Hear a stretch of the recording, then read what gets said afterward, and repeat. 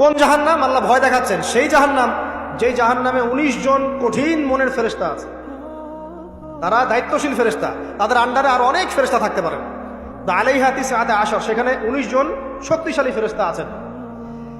মালায়েকাতুন গিলাজুন শিদাদ, তাদের অন্তরটা খুব কঠিন। আযাব দেওয়ার সময় যাররা পরিমাণ তারা মায়া দয়া করবে না। আযাব দেওয়ার সময় যাররা পরিমাণ মায়া দয়া তারা করবে না। কবরে যখন ফাসেক, জালেম, কাফের, মুশরিককে পিটানো হবে, তখন কি কেউ মায়া দয়া করবে? তখন যদি বলে ব্যথা পাচ্ছি, তাহলে কি তারা আযাব দেওয়া বন্ধ করে দেবে? শোনেন, সূরা মুমিন নামে একটা সূরা আছে। কোন সূরা? সূরা মুমিনের মধ্যে ফেরাউনের একটা ঘটনা আছে। সেই ঘটনা একটা অ্যামেজিং একটা আয়াত আছে, অ্যামেজিং একটা। আল্লাহ পাক বলছেন যে ফেরাউন এবং তার দলবলকে প্রত্যেক দিন সকালে এবং সন্ধ্যায় 2 বেলা করে জাহান্নামের আগুন যেখানে তারা থাকবে ওইটা উপস্থাপন করা হয়। কথা বুঝতে পারছেন না? ফেরাউন এবং তার দলবলকে প্রত্যেক দিন সকাল সন্ধ্যা জাহান্নামের চিরস্থায়ী আবাস কোনটা হবে এটা উপস্থাপন করে দেখানো হয়। তো এই যে বিষয়, আল্লাহ পাক বলছেন যে তুমি নিজে জাহান্নামের আগুন থেকে বাঁচো, তোমার পরিবারবর্গকে বাঁচাও। কোন জাহান্নাম? যেখানে কঠিন মনের ফেরেশতা আছে। এখন আমরা আগে দেখব কোরআন থেকে যে এখানে এরকম পরিবার কোথায়, যে পরিবারগুলো জান্নাতের টুকরা। কয়েকটা করে দেখাচ্ছি। এর কি সমস্যা নেই? কানের উপর একটা চড় লাগাই দেন, যান সে পিছনে যেন ডিস্টার্ব না করে। এখানে বড় ভাই আছে না, যাদের কথা মানুষ শোনে, একটা লাঠি হাতে নেন, যারা বেয়াদবি করবে পিঠা এখান থেকে বের করে দেন, দরকার নাই এসব। তো উমর রাদিয়াল্লাহু আনহু থাকলে এখন তার হাতে লাঠি থাকতো একটা। উনি কেমন মানুষ ছিলেন জানেন? আপনাকে দেখাচ্ছি না। আমিরুল মুমিনিন তিনি আসছেন হেঁটে হেঁটে, একজন ব্যক্তি উট নিয়ে যাচ্ছে। উটের পিঠে বোঝা দিয়েছে, বেশি বোঝা। তো তার বক্তব্য হচ্ছে উট তো একটা প্রাণী, এর উপর বোঝা বেশি দিলে কি সমস্যা? আমিরুল মুমিনিন তিনি বলছেন যে তুমি কি জানো না যে উটের হক আছে, পশুর অধিকার আছে? 1450 বছর আগে পশুর অধিকার নিয়ে কথা বলেছেন আমিরুল মুমিনিন। আর আজকে এই যে সোকল্ড প্রগতিশীলদের যুগে মানুষের জীবনের কোনো অধিকারের দাম নাই। কথা ঠিক না ঠিক? আচ্ছা, ওই ব্যক্তি যে যুক্তি দিল আমিরুল মুমিনিন, তার হাতে একটা লাঠি ছিল, ওইটা দিয়ে একটা পিটানি। তুমি কি জানো না যে পশুর অধিকার আছে? তার ছেলে একটা পাপ করেছে, সেই পাপের জন্য তাকে দোররা মারার আদেশ করা হয়েছে। এটা জানেন না আপনারা? দোররা মারা হচ্ছে, যে মারছে কাজী সে একটু আস্তে আস্তে মারছে, কারণ আমিরুল মুমিনিন ছেলে। এটা দেখে ওমর রাদিয়াল্লাহু আনহু নিজে দোররা হাতে নিলেন, নিয়ে নিজের হাতে সজোরে দোররা মারা শুরু করলেন। দোররা মারা এখনো শেষ হয় নাই, তাতেই ছেলে ডেড। যে কোনো সভ্যতার বই পড়েন, ইতিহাস বলেন, সংস্কৃতি বলেন, অর্থনীতি, রাজনীতি, যে কোনো টপিকের বই পড়ে শেষ করে ফেলেন, ওমর রাদিয়াল্লাহু আনহু খেলাফতের মতো স্বর্ণযুগ আপনি পাবেন না। পাবেন? ওই তারা কিভাবে এই স্বর্ণযুগটা মানে অর্জন করেছিল? একটাই মানে কারণ, ইসলামী অনুশাসনের তাবেদারি করা, কঠোরভাবে ইসলামী অনুশাসনের তাবেদারি করা। তখন কি আপনি ওই সভ্যতা এবং সমাজ পাবেন। আল্লাহ পাক আমাদেরকে বোঝার তৌফিক দেখ, আমিন। তো কোরআনে আসেন, আমরা দেখি কিছু এক্সাম্পল দেখি। 1 নম্বর এক্সাম্পল দিচ্ছি, আদম এবং হাওয়া আলাইহিস সালাম, তারা একটা পরিবার না? আচ্ছা, তাদেরকে আল্লাহ পাক ফল খাওয়ার কারণে জান্নাত থেকে নামিয়ে দিলেন না? এই ফলটা খাওয়ার ব্যাপারে, এই গাছের কাছে যাওয়ার ব্যাপারে তাদেরকে উৎসাহিত করেছিল কে? ইবলিস। ইবলিস বলেছিল যে হাল আদুল্লুকা আলা শাজারাতিল খুলদি ওয়া মুলকিন লা ইয়াবলা, হে আদম এবং হাওয়া, আমি কি তোমাদেরকে এমন গাছের সন্ধান দিব না যে গাছের কাছে গেলে তোমরা চিরস্থায়ী হয়ে যাবে এবং বিশাল রাজত্বের অধিকারী হবে? চিরস্থায়িত্বের টোপ এবং রাজত্বের টোপ, এই দুটো দিয়ে তারা আদম এবং হাওয়া আলাইহিস সালামকে ডিসিভ করেছে। এই ফল খাওয়ার সাথে সাথে আল্লাহ পাক তাদেরকে বের করে দেন নাই, বরং ফল খাওয়ার সাথে সাথে তাদের গায়ে জান্নাতের যে পোশাকটা ছিল না, এটা খুলে পড়ে গেছে। এই পোশাকটা খুলে ফেললো কে বলেন? ইবলিস, শয়তান। আল্লাহ পাক এটাই বলছেন, ইয়া বানি আদম, হে বনু আদম, লা ইয়াফতিনান্নাকুমুশ শাইতান, শয়তান যেন তোমাদেরকে ফিতনায় না ফেলতে পারে।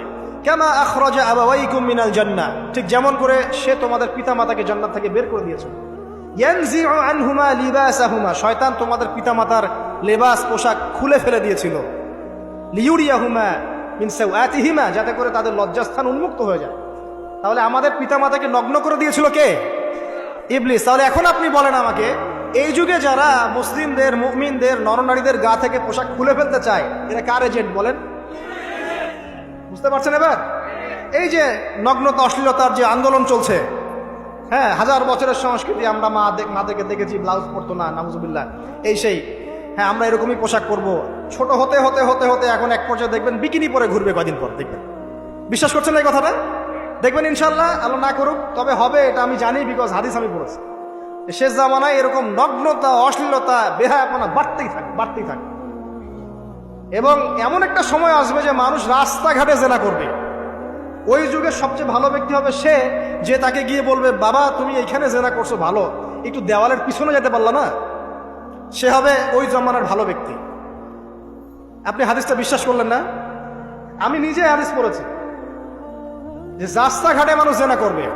তো এই যে নগ্নতা, অশ্লীলতার যে সংস্কৃতি চলছে না, এই কাপড় খুলে ফেলার যে ট্রেন্ড এবং রেভলিউশনের দিকে মানুষ যাচ্ছে এখন, মেয়েরা স্পেশালি, এরা নিঃসন্দেহে মানুষ শয়তান, নিঃসন্দেহে। কারণ ওই যে শয়তান আমাদের পিতামাতার কাপড় খুলে ফেলেছিল, এরা তার এজেন্ট। এরা আমার বোনের গা থেকে কাপড় খুলতে চায়, এরা আপনার স্ত্রীর গা থেকে কাপড় খুলতে চায়, এরা আপনার মায়ের গা থেকে কাপড় খুলতে চায়, এবং বলতে চায় এটা স্বাধীনতা। আরে বোকা মানুষ, এই পৃথিবীতে মানুষ স্বাধীন নয়, এই পৃথিবীতে কোনো মানুষই স্বাধীন নয়। মানুষ কিভাবে স্বাধীন হতে পারে? এখানে পৃথিবীতে যতদিন থাকবে মানুষ আল্লাহর দাসত্বের মধ্যে থাকবে। যে মানুষ নিজেকে স্বাধীন মনে করে সে শয়তানের তাবেদারি করে। এই পৃথিবীতে কোনো মানুষই স্বতন্ত্র স্বাধীন নয়, বরং আল্লাহ পাকের দাসত্বের অধীনে সে পরাধীন। মানুষ বুঝতে চায় না যে স্বাধীনতার ডেফিনেশন কি। আল্লাহ পাকের রুলস এবং রেগুলেশনস মেনে চললে পরে আমি তখন স্বতন্ত্র স্বাধীন, আল্লাহর দাসত্বের অধীনে, দাসত্বের বাইরে গিয়ে নয়। আর আল্লাহ পাকের দাসত্বের 5 পয়সা পরোয়া না করে নিজেকে যদি স্বাধীন মনে করে, সে তো শয়তানের চেলা। কথা কি বুঝতে পারছেন? আসেন, এই যে আমাদের পিতামাতাকে ওখান থেকে নামিয়ে দেওয়া হলো, তারা দুজন কিন্তু এই পৃথিবীতে যে কষ্টের জীবন, তারা কিন্তু একসাথে অতিবাহিত করছে, করেন নাই? তো এই যে কষ্ট, দুঃখ, একসাথে পথ চলা, স্বামী স্ত্রীর এই যে একটা বন্ধন, মায়াবী একটা হৃদ্যতার বন্ধন, এটাই হচ্ছে পরিবারের ভিত্তি। আমি আদর্শ পরিবারের দিকে যাচ্ছি আস্তে আস্তে ইনশাআল্লাহ। কোরআন থেকে আপনাকে কয়েকটা দলিল দিচ্ছি। এবার দেখবেন তাদের সন্তান হাবিল কাবিল, ওই যে কি হলো, কাবিল হাবিলকে, পড়েন নাই? কাবিল হাবিলকে হত্যা করলো। এখানে হত্যার মূল কারণ কি ছিল? হিংসা। কাবিলের কুরবানি কবুল হচ্ছে না, হাবিলেরটা হচ্ছে। তার মানে বুঝলাম পৃথিবীতে ফাসাদ ছড়িয়ে পড়বে, পরিবারে ফাসাদ ছড়িয়ে পড়বে, তার অন্যতম একটা কারণ হচ্ছে ঈর্ষা বা হিংসা। আসলে ঈর্ষা হিংসা এক জিনিস নয়, এখানে মূল কারণ হচ্ছে হিংসা। তো আমাদের পরিবার জান্নাতের টুকরা হবে ইনশাল্লাহ যদি স্বামী স্ত্রীর মধ্যে হিংসা না থাকে, পরিবারের সদস্যদের মধ্যে পরশ্রী কাতরতা না থাকে। একটু মনোযোগ দেন, তারপরে সামনে যান। ওই যে নূহ আলাইহিস সালামের নাম শুনেছেন? আচ্ছা, কত বছর দাওয়াত দিয়েছেন বলেন? এই তো মাশাআল্লাহ 950 বছর। 950 বছর দাওয়াত দেওয়ার পর 40 বা 80টা পরিবার ইসলাম কবুল করেছে। বাকিরা আল্লাহ পাকের গজবে ডুবে গেছে। এখন ডুবে যাওয়ার মধ্যে কি তার ছেলেও ছিল না? নূহ আলাইহিস সালাম আল্লাহকে বলছেন, আল্লাহ ইন্নাহু মিন আহলি, সে আমার পরিবারের একজন, তাকে হেফাজত করে বাঁচাও, আল্লাহ মাফ করে দাও। আল্লাহ পাক বলছেন লাইসা মিন আহলিক, সে তোমার পরিবারের কেউ না। এখান থেকে আরেকটা দলিল দেই, লুত, কমে লুতের নাম শুনেছেন? এটা সমকামী, ছেলে ছেলে বিয়ে করে, যেটা এখন ছড়িয়ে পড়ছে দিন দিন। প্রতি 10 জনের মধ্যে নাকি একজন এখন মনে করে যে ছেলে ছেলে বিয়ে করা যায়। নাউজুবিল্লাহ। এবং এর এই সভ্যতাটা ধারক বাহক হচ্ছে পশ্চিমারা। ওখানে অনেক আগেই এগুলো চালু হয়ে গেছে। আমেরিকাতে তো চালু আছেই, ব্রিটেনে আছে, কানাডায় আছে, অস্ট্রেলিয়া আছে, আমাদের ভারতেও আছে। আর দিন দিন এখন এটাই যে আমাদের সাবকন্টিনেন্ট বাংলাদেশ, এখানেও ঢুকে পড়েছে। এবং এদের সংগঠন আছে, এদের পতাকা আছে, পতাকার মধ্যে রংধনুর সাইন আছে। হ্যাঁ, এরা এখন বাক স্বাধীনতার কথা বলে। তো ছেলে ছেলে বিয়ে করতো, এটাও কোরআনে পেয়েছি, কিন্তু মেয়ে মেয়েও যে বিয়ে করে এটা কোরআনে পাই না। এখন দেখছি মেয়ে মেয়েও বিয়ে করে। কথা কি বিশ্বাস করছেন না? মেয়ে মেয়ে পর্যন্ত বিয়ে করে। তারপরে আরো দেখেছি ইদানিং যে লিভ টুগেদার চলছে বাংলাদেশে। এখন বিয়ের দরকার নেই, একসাথে থাকবেন, বিয়ের দরকার নেই, মানে আপনি একজন বান্ধবী একসাথে চলবেন স্বামী স্ত্রীর মতো, এটা লিভ টুগেদার। বলবে যে উন্নত সভ্যতাটা এগিয়ে গেছে, আমরা পিছিয়ে থাকবো কেন? শোনো, তোমরা আগাচ্ছ ঠিকই, তোমরা আগাচ্ছ কোন দিকে জানো? তোমরা আগাচ্ছ জাহান্নামের দিকে। তোমরা জাহান্নামের দিকে আগাচ্ছ, তোমরা ঠিকই আগাচ্ছ, অস্বীকার করছি না। তোমরা এগিয়ে যাচ্ছ ঠিকই, বাট জাহান্নামের দিকে। তোমাদের তাকদীরে যদি হেদায়েত না থাকে, জাহান্নামের মর্মান্তিক আযাব থেকে কেউ বাঁচাতে পারবে না। এই কওমে লূতকে আল্লাহ পাক ধ্বংস করেছেন নির্মম ভাবে। ফেরেশতাদের পাখা দিয়ে পুরো জাতিটাকে তুলে, ওই যে কওমে লূত জর্ডান ডেড সি ওই জায়গাটা, উপর থেকে পাথর বর্ষণ করে রজম করে উল্টা দিকে আবার দফন করে দেওয়া হচ্ছে। এই কওমে লূতের নবীর নাম ছিলেন লূত আলাইহিস সালাম, ঠিক আছে? তার স্ত্রী পর্যন্ত কিন্তু ঈমান আনেন নাই, ঠিক নূহ আলাইহিস সালামের স্ত্রীর মতোই। নূহ আলাইহিস সালামের সন্তান স্ত্রী ঈমান আনে নাই, লূত আলাইহিস সালামের স্ত্রী ঈমান আনেন নাই। এবার এখান থেকে আমাদের পারিবারিক হেদায়েতটা কি বলেন? আপনি যদি একজন আলেমের সন্তানও হন, আপনি যদি একজন মুহাদ্দিস মুফাসসির মুফতিরও সন্তান হন, নিজে যদি তাকওয়া ঈমান অর্জন করতে ব্যর্থ হন, আপনার বংশ, আপনার পরিচয়, আপনার জাতীয়তাবাদ, আপনার রক্ত, বর্ণ কোনো কিছুই আপনাকে জাহান্নামের আগুন থেকে বাঁচাতে পারবে না। এই জন্য নবী সাল্লাল্লাহু আলাইহি ওয়াসাল্লাম তার কলিজার টুকরা মেয়ে ফাতিমা রাদিয়াল্লাহু আনহাকে বলছেন, হে ফাতিমা, দুনিয়াতে আমার কাছে যা চাওয়ার তুমি চেয়ে নাও, পরকালে আমি তোমার কিন্তু কোনো হেল্প করতে পারবো না। কিন্তু আমরা জানি নবী সাল্লাল্লাহু আলাইহি ওয়াসাল্লাম সবার জন্য আমভাবে সুপারিশ করবেন। তিনি তার স্ত্রী আয়েশা রাদিয়াল্লাহু আনহাকে কাঁদতে দেখে বলছেন, হে আয়েশা, কি জন্য কাঁদছো? আয়েশা রাদিয়াল্লাহু আনহা বলছেন, আল্লাহর আযাবের ভয়ে কাঁদছি ইয়া রাসূলুল্লাহ। নবী সাল্লাল্লাহু আলাইহি ওয়াসাল্লাম বলছেন, আয়েশা, তিনটা জায়গা থাকবে কিয়ামতের মাঠে যখন আমিও তোমাকে চিনতে পারবো না, তুমিও আমাকে চিনতে পারবে না। এক, যখন আমলনামা ছুড়ে দেওয়া হবে, ইকরা কিতাবাক ওয়া কাফা বিনাফসিকা আল-ইয়াওমা আলাইকা হাসিবা, কেউ কাউকে চিনবে না, সবাই ইয়া নাফসি ইয়া নাফসি। একটা হচ্ছে পুলসিরাত পার হওয়ার সময় কেউ কাউকে চিনবে না, ইয়া নাফসি। আরেকটা হচ্ছে যখন আমলনামা ওজন করা হবে মিজান, কেউ কাউকে চিনবে না। এখন যাদেরকে আপনার আপন মনে হচ্ছে না, আমি একটা কথা তো অনেকদিন বলেছি যে আল্লাহ সুবহানাহু ওয়া তাআলা ছাড়া ইহকাল পরকালে আমাদের প্রকৃত আপন কেউই নাই। কথা বুঝতে পারছেন না? না, সময় হোক বুঝতে পারবেন। এই যে যাদের কথা চিন্তা করে আপনি দুর্নীতি করছেন, ঘুষ খাচ্ছেন, সুদ খাচ্ছেন, এরা আপনাকে চিনবে না মরার পরেই। আপনি মারা যাবেন, এরা আপনাকে চিনবে না পরকালে। তখন যদি আপনি বলেন, হে আল্লাহ, আমি ওদের স্বার্থে সুদ খেয়েছি, পরিবার দেখাশোনা করার জন্য ঘুষ নিয়েছি, দুর্নীতি করেছি, ওরা উল্টা বলবে যে আল্লাহ, একে তো আমি নিতে বলি নাই, ওকে তো আমি নিতে বলি নাই, ওর হিসাব ও দিবে, আমি এসবের মধ্যে নাই। আপনার স্ত্রী আপনাকে কথা বলবে, ইয়াউমা ইয়াফিরুল মারউ মিন আখি, ভাই ভাই থেকে দৌড় দিয়ে পালাবে ওই দিন। ওয়া উম্মিহি ওয়া আবি, তার মা বাপ থেকে পালাবে। ওয়া সাহিবাতিহি ওয়া বানি, এই যে স্ত্রী সন্তান, এগুলো থেকে পালাবে মানুষ। লিকুল্লি ইমরিইম মিনহুম ইয়াউমাইযিন শা'নু ইউগনি, প্রত্যেক সত্তা সেদিন নিজেকে নিয়ে ব্যস্ত থাকে। তো এখান থেকে শিক্ষা দেখেন যে পরিবার আদর্শ হবে যখন পরিবারের প্রত্যেকটা মানুষ নিজেকে নিয়ে ভাববে যে আমি কতটুকু ইমানদার হয়েছি। আমি কার সন্তান সেটা বড় কথা নয়, আমি কতটুকু ইমানদার হতে পেরেছি, কতটুকু মুত্তাকি হতে পেরেছি, আল্লাহওয়ালা হতে পারলাম, এটা মূল কথা। ফেরাউনের স্ত্রী আসিয়া, ফেরাউনের আন্ডার থেকেও সে মুমিনা হয়েছে, হয় নাই? ফেরাউন যে বড় কাফের, এই কারণে কি তার স্ত্রী শাস্তি পাবে? পাবে না। বরং আমাদের নবীজি মেরাজের রাতে গিয়ে দেখেছেন এবং গন্ধ পেয়েছেন, সুঘ্রাণ ছড়াচ্ছে একটা জায়গা থেকে। তখন জিবরাইল আলাইহিস সালামকে জিজ্ঞাসা করলেন যে এখানে এত সুন্দর ঘ্রাণ কোত্থেকে আসছে? জিবরাইল আলাইহিস সালাম বললেন, এটা হচ্ছে ফেরাউনের স্ত্রী আসিয়ার ওই ঘর যেটা আল্লাহ পাক তার জন্য জান্নাতে মানে বানিয়েছেন, ওইখান থেকে এই সুঘ্রাণ আসছে। সুবহানাল্লাহ। তার মানে এখানে আমরা শিখলাম নিজের চরকায় তেল দিতে হবে, নিজে আমাকে নামাজ পড়তে হবে, নিজেকে আমল করতে হবে, নিজেকে দিনের জন্য কিছু করতে হবে, নিজেকে পর্দা করতে হবে। পরিবারের সদস্যদের দিকে তাকানোর এখন সময়, আগে নিজে। না হলে নবী পরিবারের সদস্য হয়েও দেখেন জাহান্নামে মানুষ যাচ্ছে। এবার সামনে যাই, চলেন। ইব্রাহিম আলাইহিস সালাম নাম শুনেছেন? আচ্ছা, তার বাবা কি করতেন? বড় পুরোহিত ছিলেন। আর যেখানে শিরক সেখানেই দেখবেন ইব্রাহিম, যেখানেই কুফর সেখানেই মুহাম্মদ সাল্লাল্লাহু আলাইহি ওয়াসাল্লামের জন্ম হয়, এটাই নিয়ম।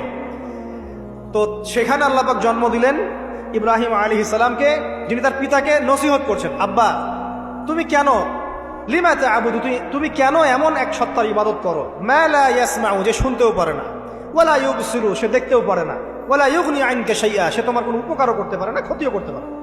ইভেন তোমার স্ট্যাচুর গায়ে একটা মাছি যদি বসে, এটাকে সে নিজে সরাতেও পারে না, তার কোনো ক্ষমতা নাই। এখন তুমি কেন বাবা এর ইবাদত করছো? ইব্রাহিম আলাইহিস সালাম বলছেন। তখন তার বাবা বলছেন, আনতা রাগিবুন আন আলিহাতিনা ইয়া ইব্রাহিম, হে ইব্রাহিম, তুমি কি আমাদের এই উপাস্যদের থেকে মুখ ফিরাচ্ছ? যদি তুমি ফিরে না আসো তাহলে আমি তোমাকে বাসা থেকে বের করে দেব, তোমার মাথা পাথর দিয়ে মেরে ফাটিয়ে ফেলবো। তো ইব্রাহিম আলাইহিস সালাম তর্ক করলেন না, বললেন সালামুন আলাইক, আপনার উপর শান্তি বর্ষিত হোক। এই বলে তিনি বাসা থেকে বের হয়ে গেলেন। খেয়াল করে দেখেন, যুবক ছেলে ইব্রাহিম সে তার পিতাকে দাওয়াত দিল। তার পিতা একজন বড় শিরকের কারিগর, যে তার দাওয়াত কবুল করলো না। কিন্তু ইব্রাহিম আলাইহিস সালাম কিন্তু মিথ্যার সাথে সত্যের আপোষ করলেন না। তিনি প্রয়োজনে একা চলে গেলেন বাড়ি থেকে, তারপরেও আল্লাহর আনুগত্য ছাড়লেন। পরিবারের হেদায়েত এখানে নাই, আছে। আরো সামনে যান, ইব্রাহিম আলাইহিস সালামের একজন স্ত্রীর নাম কি? হাজেরা। আরেকজনের নাম কি? সারা। সারা আলাইহিস সালাম থাকেন ওই যে শামে, প্যালেস্টাইন। আর হাজেরা আলাইহিস সালামকে রেখে আসা হয়েছে কোথায়? মক্কায়, এই যেখানে জামজাম কূপ তৈরি হলো। এখানে হাজেরা আলাইহিস সালামকে রেখে যাওয়ার সময় তিনি বলছেন যে আমাদেরকে এই জনমানব শূন্য জায়গায় কেন রেখে যাচ্ছেন ইব্রাহিম? ইব্রাহিম আলাইহিস সালাম বলছেন, আসলে উনি কিছু বলছেন না, চুপ করে আছেন, চুপ করে আছেন। আবার জিজ্ঞাসা করছেন, আবার চুপ করে আছেন। এবার তিনি বলছেন হাজেরা আলাইহিস সালাম যে আপনি কি আল্লাহর আদেশেই কাজ করছেন? তখন ইব্রাহিম আলাইহিস সালাম বলছেন হ্যাঁ। মাথাটা খালি নাড়ালেন, হ্যাঁ নাম। তখন তার স্ত্রী বলছেন তাহলে আল্লাহ পাক আমাদেরকে ধ্বংস করবেন না ইনশাআল্লাহ। খাবার নাই, পানিও নাই, কিছুই নাই, আল্লাহর প্রতি তাওয়াক্কুলটা দেখেন। এবার দেখেন ওই স্ত্রীর গর্ভ থেকে একজন সন্তান হলো, তার নাম কি? ইসমাইল। এবার এই সন্তানকে তার বাবা বলছেন অনেক বছর পরে, ইয়া বুনাই, হে আমার সন্তান, ইন্নী আরা ফিল মানামি আন্নী আযবাহুক, আমি স্বপ্নে দেখেছি আমি তোমাকে জবাই করছি। ফানজুর মাযা তারা, তুমি একটু তোমার রায়টা জানাও, তোমার কি মতামত? ওই তাওয়াক্কুল কারিনী নারীর গর্ভ থেকে জন্ম নেওয়া এই ইসমাইল তিনি বলছেন, ইয়া আবাতি, হে আমার বাবা, ইফআল মা তুমার, আপনি তাই করেন যা আল্লাহ আপনাকে আদেশ করেছে। সাতাজিদুনি ইনশাআল্লাহু মিনাস সাবিরিন, ইনশাআল্লাহ আপনি আমাকে সবরকারী পাবেন। এই বাচ্চার বয়স হবে বড় জোর 10 থেকে 15, নাকি কম সম হবে আর কি। তো এই প্রজন্মের আমাদের জেনারেশনকে দেখেন না, আমি গতকালকে গুগল সার্চ করে দেখেছি যে বাংলাদেশের 11 থেকে 19 বছর বয়সী যে বাচ্চারা আছে, কিশোর, এরা এখন সবচেয়ে বেশি পর্ন দেখে, সবচেয়ে বেশি। এবং কলেজ পড়ুয়াদের, স্কুল কলেজ পড়ুয়ার মধ্যে 77%ই পর্ন দেখে।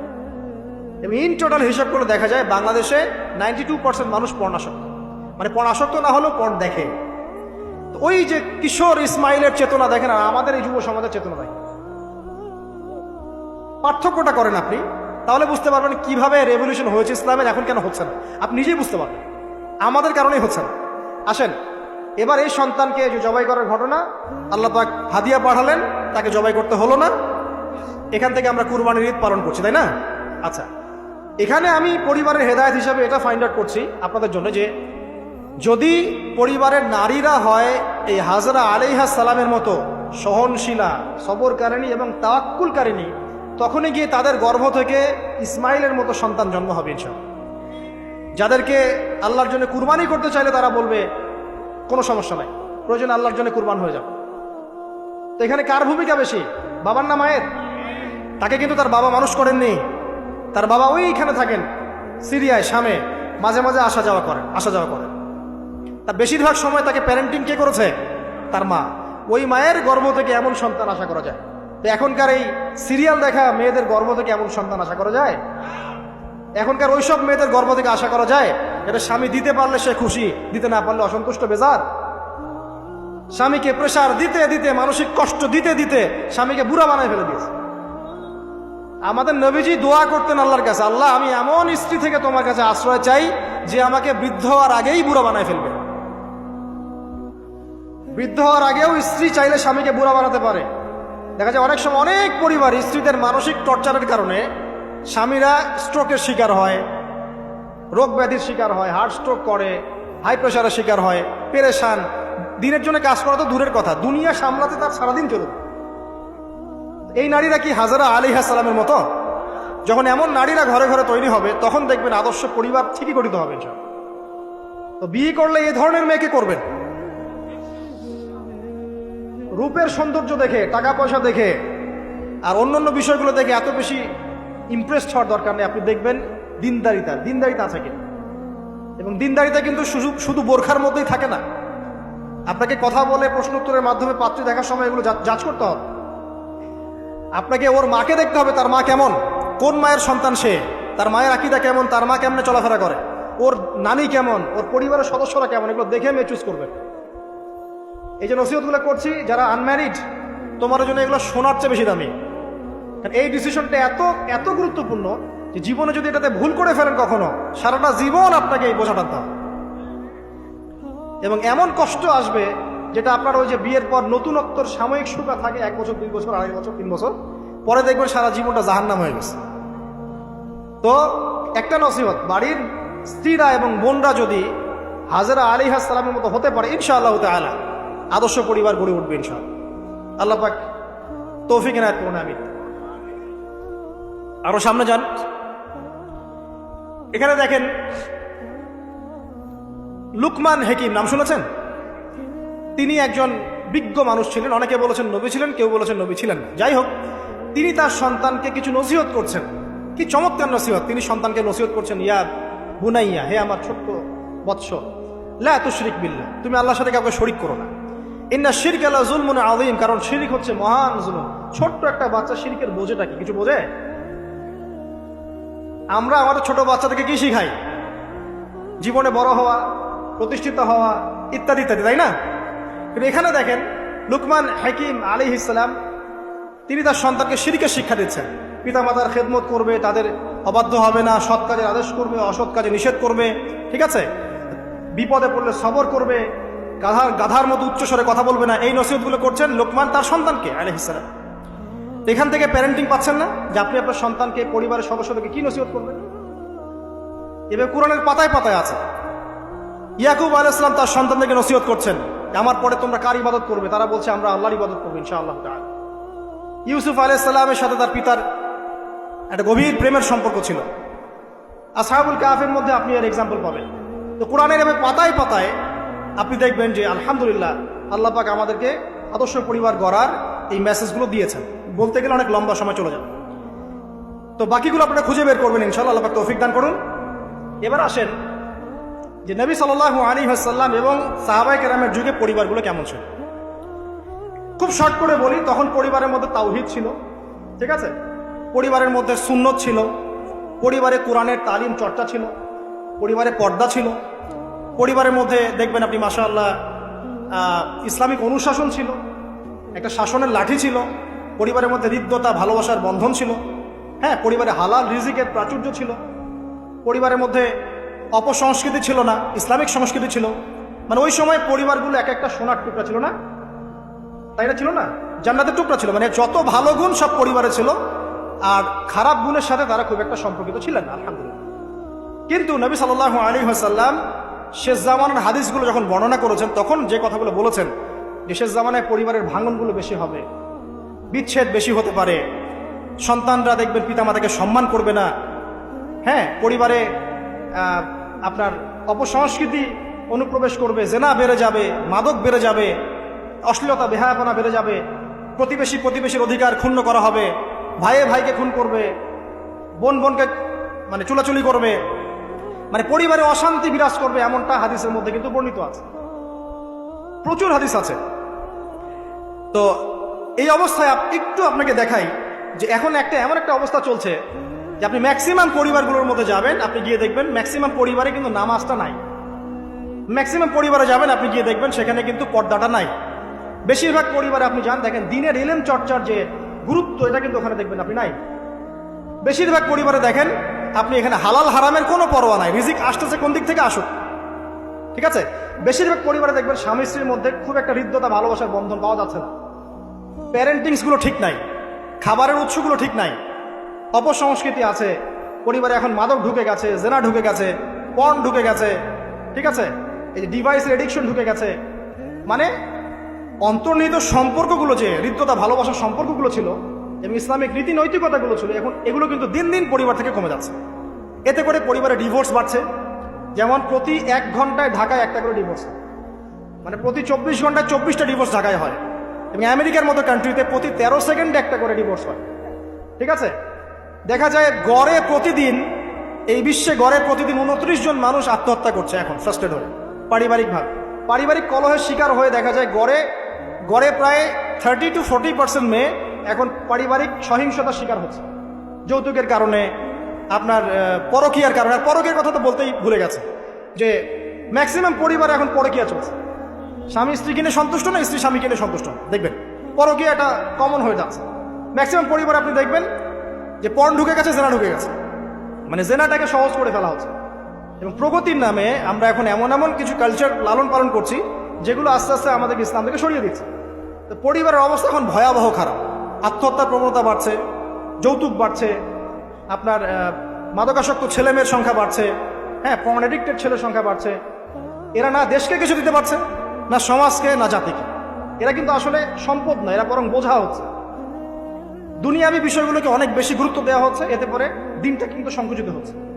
তো এগুলো বলতে থাকলে অনেক সময় চলে যাবে। তো এক কথায় পরিবারের ভাঙনটা এখন বেশি এবং পরিবারের নীতি নৈতিকতার অবস্থা খুব খারাপ। এর কারণগুলো আমরা ফাইন্ড আউট করলাম। কি কি কারণ? এক নাম্বার ধরেন কোরআনের তালিম চর্চা উঠে যাওয়া, তাওহীদ উঠে যাওয়া, শিরিকের অনুপ্রবেশ, সুন্নত উঠে যাওয়া, বেদাতগুলো ঢুকে যাওয়া, পরিবারে হারাম রিজিক ঢুকে যাওয়া, পরিবারের কর্তাদের নীরব ভূমিকা, হ্যাঁ, পরিবারে হাজরা আলাইহিস সালামের মতো মা না থাকা, পরিবারে খাদিজা রাদিয়াল্লাহু আনহার মতো স্ত্রী না থাকা, অনেক কারণ। এরপরে বাইরের সংস্কৃতি অনুপ্রবেশ, হ্যাঁ, প্রিন্ট এবং ইলেকট্রনিক মিডিয়ার যৌনতা, এই সব কিছু মিলে কিন্তু পরিবারগুলো ক্রাশ করছে। এতে করে দেখবেন অনেক সমস্যা হচ্ছে। যৌতুক টৌতুক তো বললাম, সবচেয়ে বড় কথা আপোষের যে মিল মোহব্বত, ওয়াজআলা বাইনাকুম মাওয়াজ্জাতা ওয়া রাহমা, এটা আস্তে আস্তে কমে যাচ্ছে। পরিবার যখন এরকম ভাঙনের শিকার হচ্ছে তখন দেখবেন সমাজের মধ্যে স্টেবিলিটি নষ্ট হচ্ছে এবং এই সমাজগুলো দিয়ে আপনি কখনো আদর্শ রাষ্ট্র কায়েম করতে পারবেন না। এখন আসেন, জাস্ট এখান থেকে আমি আলোচনার শেষের দিকে যাব অল্প সময়, যে আমরা এখন কি কি কাজ করলে কিভাবে স্টার্ট করব আর কিভাবে আমরা এটাকে সলভ করতে পারি। এই সলিউশনটা দুই রকম। এক নম্বর হচ্ছে যারা অলরেডি পরিবারে ঢুকে গেছেন তাদেরকে অন্য জায়গা থেকে শুরু করতে হবে। মানে যারা অলরেডি পরিবারে ঢুকে গেছেন আপনাদেরকে তওবা করে ফিরে এসে আবার শুরু করতে হবে। আর যারা পরিবারে এখনো ঢোকেন নাই, আপনারা এখনো সৌভাগ্যবান। এখন থেকে যদি আপনারা এই নসিহতগুলো মেনে চলতে পারেন, ইনশাল্লাহ আপনার পরিবারটা 8-10টা পরিবারের মতো হবে না ইনশাল্লাহ। প্রথমে বলি তাদের কথা, যারা পরিবারে ঢুকে গেছি আমরা, তাদের কাজ কি? তাদের প্রথম কাজ হচ্ছে ঠান্ডা মাথায় বিশ্বের পরিস্থিতি, সমাজ দেশের পরিস্থিতিগুলো নিয়ে চিন্তা করা, ঠান্ডা মাথায়, যে হচ্ছেটা কি আসলে। যখন দেখবো যে না আসলে ভালো কিছু হচ্ছে না, খারাপ হচ্ছে, তখন আপনার ভুলটা কোথায় সেটা আপনাকে ফাইন্ড আউট করতে হবে। আপনার ভুলটা কোথায় ছিল? আপনি এমন কাউকে বিয়ে করেছেন যে ফ্যামিনিস্ট, আপনি এমন একটা পরিবার গঠন করেছেন যেখানে আপনি কোরআনটা চালু করতে পারেন নাই, সবাই নামাজ পড়ছে না, সবাই পর্দা করছে না, হ্যাঁ, নিয়মিত তালিম হচ্ছে না। এখন আপনার কাজ কি? আগে তওবা করে ফিরে আসেন। ফিরে এসে আপনি জ্ঞান চর্চা শুরু করেন। আপনি যে রোল মডেল হয়ে দেখান, জ্ঞান চর্চা করে, আমল করে, পর্দা করে, ইসলামের জন্য কিছু করে একটা রোল মডেল স্থাপন করে দেখান, দেখিয়ে পরিবারকে আহ্বান করেন যে তোমরাও এদিকে আসো। এবং আপনার যত ক্ষমতা আল্লাহ পাক দিয়েছেন পরিবারে, অর্থনৈতিক ক্ষমতা বা স্বামী হিসেবে ক্ষমতা, বাবা হিসেবে ক্ষমতা, এটা আপনি পরিবারে প্রয়োগ করেন। প্রয়োগ করে পরিবারটাকে লাইনে আনার চেষ্টা করেন। এরপরে চেষ্টা করতে করতে করতে করতে যদি কোনো কাজই না হয় শেষ পর্যন্ত, অ্যাটলিস্ট আপনি আপনার দায়িত্ব পালন করেছেন। এখন তাদের ভার আল্লাহর হাতে ছেড়ে দেন, আপনি আপনার কবরে ফিরে পড়েন। ব্যাস, যার যার হক তাকে তাকে দিয়ে দেন, নিজের হকটা আল্লাহর কাছে চেয়ে নেন। আর দ্বিতীয় হচ্ছে তারা যাদের পরিবার এখনো শুরু হয়নি, আপনারা কিভাবে স্টার্ট করবেন? প্রথমে বলবো জ্ঞান চর্চা এখনই করে নেন, জ্ঞান অর্জনটা এখনই করে নেন। পরিবার গঠন হয়ে গেলে অনেক রেসপন্সিবিলিটি আসবে, তখন ডিফিকাল্ট। তো জেনারেল লাইনের পড়া, ইসলামিক পড়া একটা ব্যালেন্স করেন। আমি বলছি না জেনারেল পড়া ছেড়ে দেন, আমি এটা কখনো বলি নাই। ওটা পড়াশোনা করেন, ইসলামিক পড়াশোনাগুলো করেন, একটা ব্যালেন্স করেন। করে আপনি 5 ওয়াক্ত নামাজ শুরু করেন, আল্লাহ রাস্তায় সময় লাগান, কোরআন তেলাওয়াত করেন, আলেম ওলামার সোহবতে যান, হ্যাঁ, আত্মশুদ্ধিমূলক কাজ করেন, সমাজ কল্যাণমূলক কাজ করেন। পাশাপাশি আরও বলবো যে দিনই কাজে ব্যস্ত থাকেন, ভালো কাজে ব্যস্ত থাকেন। এভাবে নিজের ভিতরটাকে আগে পরিশুদ্ধ করে নেন। এরপর আপনি একটা হালাল রিজিকের চেষ্টা করেন, একটা হালাল পবিত্র রিজিক হোক, সেটা কৃষিকাজ। লজ্জার কিচ্ছু নাই, কৃষিকাজ লজ্জার কোনো প্রফেশন নয়, গর্বের প্রফেশন। কারণ আল্লাহ পাক বহু নবীকে রাখালি করিয়েছেন, পশুপালন করিয়েছেন। জানেন, মুসা আলাইহিস সালামকে আল্লাহ পাক পশুপালন করিয়েছেন 8 বছর 10 বছর। এগুলো কোনো লজ্জার প্রফেশন নয়, এটা গর্বের প্রফেশন। আপনি হালাল রিজিক, অর্থনীতি হোক, আপনার কৃষিভিত্তিক হোক, বা ব্যবসা করেন হালাল কোনো, বা গভর্নমেন্ট জব, বড় বড় গভর্নমেন্ট জবের জন্য ট্রাই করেন, সেটাও ভালো। যদি না পান, বেসরকারি জব পান, আলহামদুলিল্লাহ। খেয়াল রাখবেন, জব করতে গিয়ে, ব্যবসা করতে গিয়ে এবং রিজিকের সন্ধান করতে গিয়ে আপনার নামাজ যেন ছুটে না যায়, আপনার রিজিকে হারাম যেন ঢুকে না যায়, আপনাকে যেন সুদ খেতে না হয়, আপনাকে যেন ফ্রি মিক্সিংয়ে যেতে না হয়, এগুলো খেয়াল রাখেন। খেয়াল রেখে একটা হালাল রিজিকের সোর্স আগে বের করেন। প্রয়োজনে উদ্যোক্তা হন, নতুন কিছু উদ্যোগ গ্রহণ করেন, উদ্যোক্তা হয়ে নিজে কিছু প্রতিষ্ঠা করে দেখান, এমন কিছু করেন। এরপরে আপনি বিয়ের ফিকিরটা করেন। রিজিকের ব্যবস্থাটাকে করে নেন, তারপরে ওইদিকে যান।